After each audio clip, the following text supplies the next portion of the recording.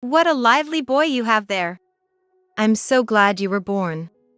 Holding my son gently, I was immersed in joy. Everyone in the room cheered when they saw my son crying loudly. Then, my husband came in late. Look, the child we've always wanted. However, my husband didn't say anything upon seeing our newborn son. In fact, he didn't even change his expression. I could feel a tense atmosphere in the hospital room. Hey, say something.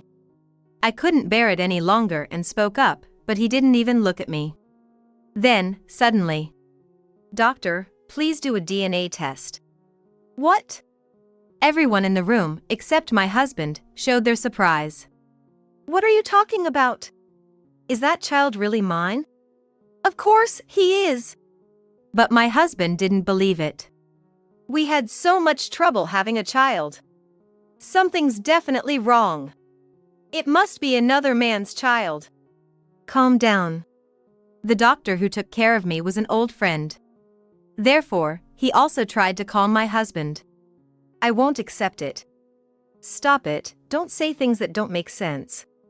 You're one to talk, deceiving me. The conversation was going nowhere.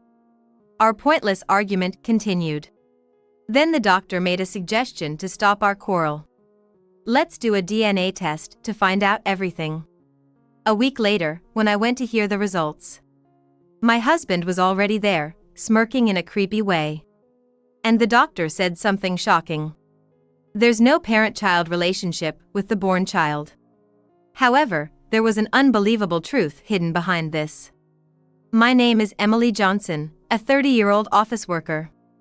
I married my husband, Mark, about 3 years ago. And I was due to give birth in a few months. It had been a long journey to get here, and there had been many challenges. Shouldn't we start thinking about having a child? Yes, we should. We started thinking about having a child after 2 years of marriage. As we were about to turn 30, we both wanted a child. We're not getting any younger, and I want to show our parents their grandchild soon. Yeah. My parents never really pushed us, but I think they were hinting at wanting grandchildren. After that, we spared no effort in trying to conceive a child. But it just wasn't happening. To make matters worse, my husband's frustration grew as time went by. Do you want to do it tonight? I'm tired, let's do it some other time. The frequency of our intimate moments decreased, and our relationship became strained. Before I knew it, I had turned 30. That's when I decided to talk to my sister, Natalie, who was already married with 3 kids. I see. How was it for you? I got pregnant pretty easily. Oh, I see. Why don't you try seducing him? That was my younger brother, Alex, chiming in. I couldn't help but sigh. Why are you even here? I thought it might be interesting. That's right, I remembered. Alex has always been quick to jump into anything he finds interesting. Well, Alex is like this, but maybe you can get some ideas from him. Exactly, like I said, just give him some stimulation. That's easier said than done. Just do it. After talking for about 2 hours, we parted ways. On my way home, I was deep in thought about what to do next, and before I knew it, I had arrived home. I entered the house with a bit of nervousness. Where have you been? I went to see my sister. Oh, okay. His response was indifferent. That night, I decided to wear my sexiest lingerie and tried to seduce my husband. What's gotten into you? He was clearly surprised. I just thought it might be nice for a change. Okay. That night, we were intimate for the first time in a long while. I felt fulfilled and happy. But that was the last time my husband and I were together in that way. I tried several times, but eventually, my husband stopped paying any attention to me. Not only did my husband stop paying attention to me, but he also started coming home increasingly late and hardly ever spent time at home. Are you going to be late again tonight? Yeah, so you can go to bed first. Okay. I started to question what it even meant to be married. My mood sank and I lost my appetite. I had thought that getting pregnant would bring back the gentle husband I knew, but we hadn't been intimate for months. Moreover, I started to suspect that he might be having an affair. I'm home. I'm tired, so I'm going to take a bath and then go to bed. Oh, let me take care of your suit. Thanks. It was when I was hanging his suit on a hanger that I noticed a sweet scent from the neckline. Upon closer inspection, it smelled like perfume. Definitely not something my husband would wear. Unsure of what to do, I impulsively called my sister. What's up at this hour? Well. I wasn't even sure how to explain it. Just calm down, take a few deep breaths. Following her advice, I took a few deep breaths. Feeling a bit calmer, I explained the situation to my sister. Mark's suit smells like perfume. Could be accidental, right? Like from a woman at his workplace. But it's on the collar. Is that likely? That does seem unusual. Should I confront him about it? My sister seemed thoughtful. It might be an option, but maybe not right now. Why not? Is there a reason? There's still a chance it's coincidental, and if you ask him now, he might just dodge the question. It's tough, but letting it go for now might be wise. Rushing into things could backfire. She had a point. If I hadn't talked to her, I might have confronted my husband right away. Okay, I'll follow your advice for now. Also, keep an eye out for anything unusual. And remember, you can always call me if something comes up. Okay. I hung up the phone. Feeling lighter than before the call. What are you doing there? Oh, nothing. I'm going to bed, don't stay up too late. Okay, I won't. My heart nearly stopped. I don't think he heard my conversation with my sister. But I worried if he was suspicious. I kept a close eye on my husband's actions. You've been coming home earlier lately. Yeah, work's calmed down a bit. Oh, really? Something on your mind? No, not really. After that, I didn't notice the perfume scent on his clothes anymore. Maybe, as my sister suggested, it was just a one-time thing. If everything stayed peaceful, that was fine by me. Then, 3 months after our intimate moments ceased, I noticed some changes in myself. I felt sluggish, and eating often made me nauseous.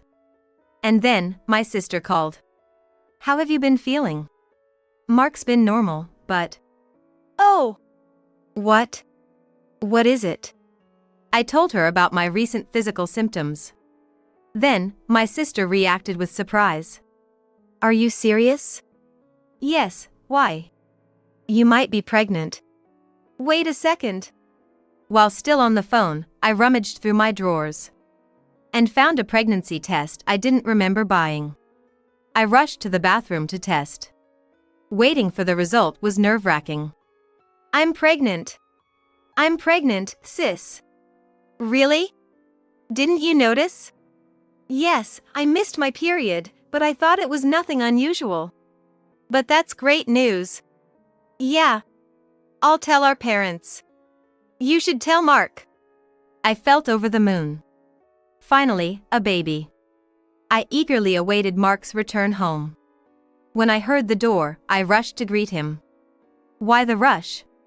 I'm pregnant. Pregnant? Yes, I just took the test, and it's positive. I expected him to share my joy. But his reaction was not what I had imagined. So, I have a friend who works in obstetrics and gynecology. Really? Yeah. I'll talk to him. He's very skilled. Thank you. Despite my lingering doubts, I later went to the obstetrics and gynecology clinic that my husband recommended. The doctor in charge was Dr. Smith, my husband's friend. First of all, congratulations on your pregnancy. Thank you. But I'm unsure about my husband's feelings. Don't worry about that. He was just a bit confused. When I talked to him, he was actually happy. Really? Yeah. His words reassured me. I couldn't have handled it if he had said he didn't want the child now. The appointment was brief, and I returned home feeling uplifted. I'm home. Welcome back. How was it? Everything seems fine for now. That's great. It seemed Dr. Smith was right. My husband was just initially confused. I believed we could work through this together. At first, he was supportive with household chores and shopping as my pregnancy progressed. However, as my belly grew, he gradually became distant again. Have you heard anything from my husband? No, I haven't heard anything. I had a feeling Dr. Smith was avoiding my gaze. I see. I kept asking about my husband at every appointment. It almost felt pointless. What should I do? I hoped that once the baby was born, things would change for the better. Then one night, my husband suddenly accused me of infidelity. Have you been meeting someone lately? What? Who would I meet in this condition? Isn't that more your thing? Do you have any proof? I heard you're meeting men outside. That's not true. It was my brother, if you must know. Is that the truth? Do you want me to call him? Never mind. I get it. The atmosphere remained tense as the due date approached. The next day, labor started, and I headed to the hospital. My husband was at work, so I called my parents to accompany me. The birth canal is already opening a bit. Is that so? Let's head to the delivery room. Please take care of me. I was told I would be admitted to the hospital immediately after giving birth. My parents contacted my husband, but what about Mark? He's busy with work and can't make it to the birth. I see. Sorry for bothering you to contact him. Now that it's come to this, focus on your delivery. Yeah. I wondered if our recent argument had affected his decision not to come. Part of me couldn't help but think he might have been there otherwise. 4 hours after entering the delivery room, which is quick for a first birth, I safely gave birth. What a lively boy! I'm so glad you were born. I held my son and soaked in the joy. Everyone in the room cheered at my son's loud cries. I moved to my hospital room and fell asleep from the exhaustion of giving birth, with my parents by my side the whole time. Later, my husband arrived with Dr. Smith. Look, the child we've always wanted. However, he didn't say a word to our newborn son. Nor did his expression change. I felt a tense atmosphere in the room. Hey, say something. Unable to bear it, I spoke up, but he wouldn't even look at me. Then, shockingly, Doctor, please do a DNA test. What? Everyone except my husband was surprised. What are you talking about? Is that child really mine? Of course, he is. But my husband didn't believe it. We had so much trouble having a child. It must be someone else's. Calm down. Dr. Smith, who knew us, tried to calm my husband. I won't accept it. Stop it, don't talk nonsense. You're one to talk, deceiving me. The argument seemed pointless. The pointless argument between my husband and me continued even after that. Dr. Smith then suggested something to stop our argument. Let's do a DNA test. That will clarify everything. I apologize, but please do it. I caught a glimpse of my husband's face. It seemed like he was smirking faintly. Looking again, he was expressionless. I thought it might have been my imagination. Then, without a word to me, my husband left the hospital room. Tears naturally began to flow from my eyes. Then, my sister and brother entered the room. The baby is born, right? Sorry we're late, huh? Sis, read the room. My sister was smiling, but my brother's comment made her realize the situation. The room was again enveloped in an uneasy atmosphere. What happened? And where's your husband? He was here until a moment ago, but he left. He left? Yes. I explained everything to my sister and brother. As I spoke, tears streamed down my face again, remembering my husband's words. How dare he say that to my sweet sister? A DNA test? Ridiculous. It seemed like my sister was angry on my behalf. Meanwhile, my brother appeared deep in thought. Alex? What are you thinking so hard about? Well, I was wondering why he'd want a DNA test. Maybe he thinks Emily cheated? That could be it. He heard about me and Alex being together and misunderstood. What? That's ridiculous. My brother continued to mumble and shake his head. So, we just have to wait for the test results? Yes. It's definitely Mark's child. Then, my sister hugged me gently. Everything will be okay. We know how hard you've worked. Thank you. I made up my mind. If my husband insisted that much, I'd face it head on. The DNA test was conducted as he requested, and the results were due in a week. On the day of the result, I was guided to the consultation room, where my husband was already waiting. Smirking unpleasantly. Now we'll see if what I've been saying is true. I didn't respond to his taunt. Then, Dr. Smith took out the report. Let's get straight to the conclusion. Yes. The DNA test results show that there is no parent-child relationship between Mark and the newborn child. What? That can't be right. The child is supposed to be mine and Mark's. Then, laughing, Mark said, "See, I told you. It's not my child. I knew it from the start." The shocking result left me speechless. You're truly the worst, trying to pass off someone else's child as mine. That's not true. I wouldn't do that. But the results are right here. Mark pointed at me and said, "This means we have to get a divorce. This is your fault. I'll make sure to demand a hefty alimony." Then he left the consultation room, laughing. I was stunned, unable to think. My worried sister and brother, who had been waiting outside, came in. Just to be cautious, I had asked my sister and brother to wait outside for me. He just left laughing. I'll leave you two now. Thank you. So, what happened? The test says there's no parent-child relationship with Mark. Let's go back to your room for now. Yes. We returned to my room, and I was still in disbelief. I just can't believe this. I have something I want to check. Check? Yes. There's something I want you to do, Emily. My brother asked me to prepare something. Though I didn't know what it was for. I think it will be okay. I'm sorry to ask this of you, but please, I need your help. Then I received a call from Mark, who had just left. It's Mark. You should answer it. Okay. I put it on speaker and answered. As I said before, the divorce is definite. I told my parents, and they said to leave you quickly. Your parents too? Yes. And don't forget about the alimony and the hospital bills. Okay, I understand.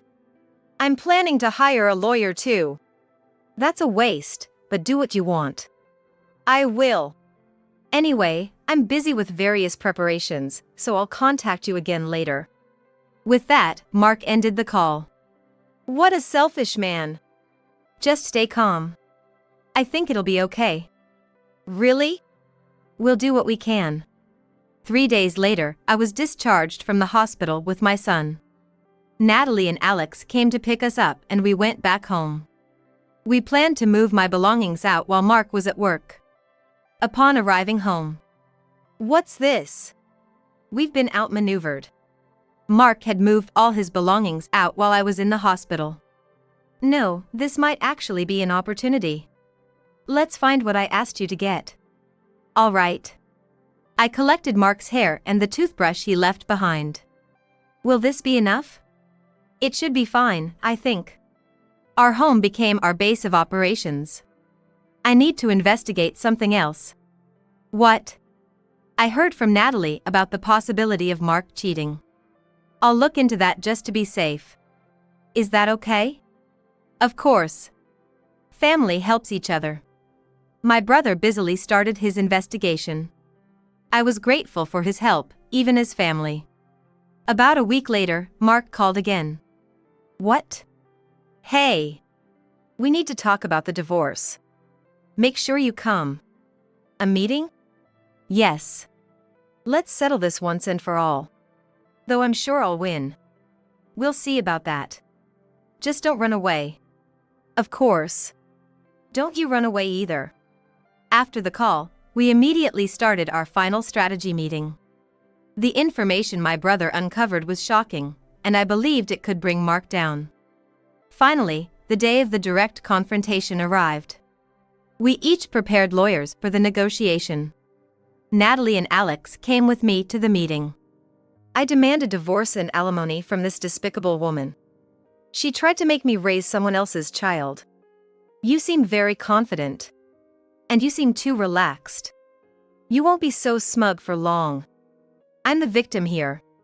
Mark seemed utterly convinced of his victory. You talk big, but you might be the one paying alimony. What? Have you lost your mind? Alex, it's your turn. I've got this. Alex then stepped outside and returned with someone. Sorry to keep you waiting, sis. I've brought a key witness. Mark's eyes widened in shock. Why are you here? His surprise was understandable. Alex had brought Dr. Smith, who we had trusted. I'm sorry, Mark, but everything has been exposed. You used your friend Dr. Smith to falsify the DNA test results, didn't you? Bringing Smith here doesn't prove anything. Mark was still resistant. Then look at this, I said, showing him a paper. What's this? Why don't you read it? This is... It's the result of a new DNA test. It clearly states that you and the baby are related. 100%.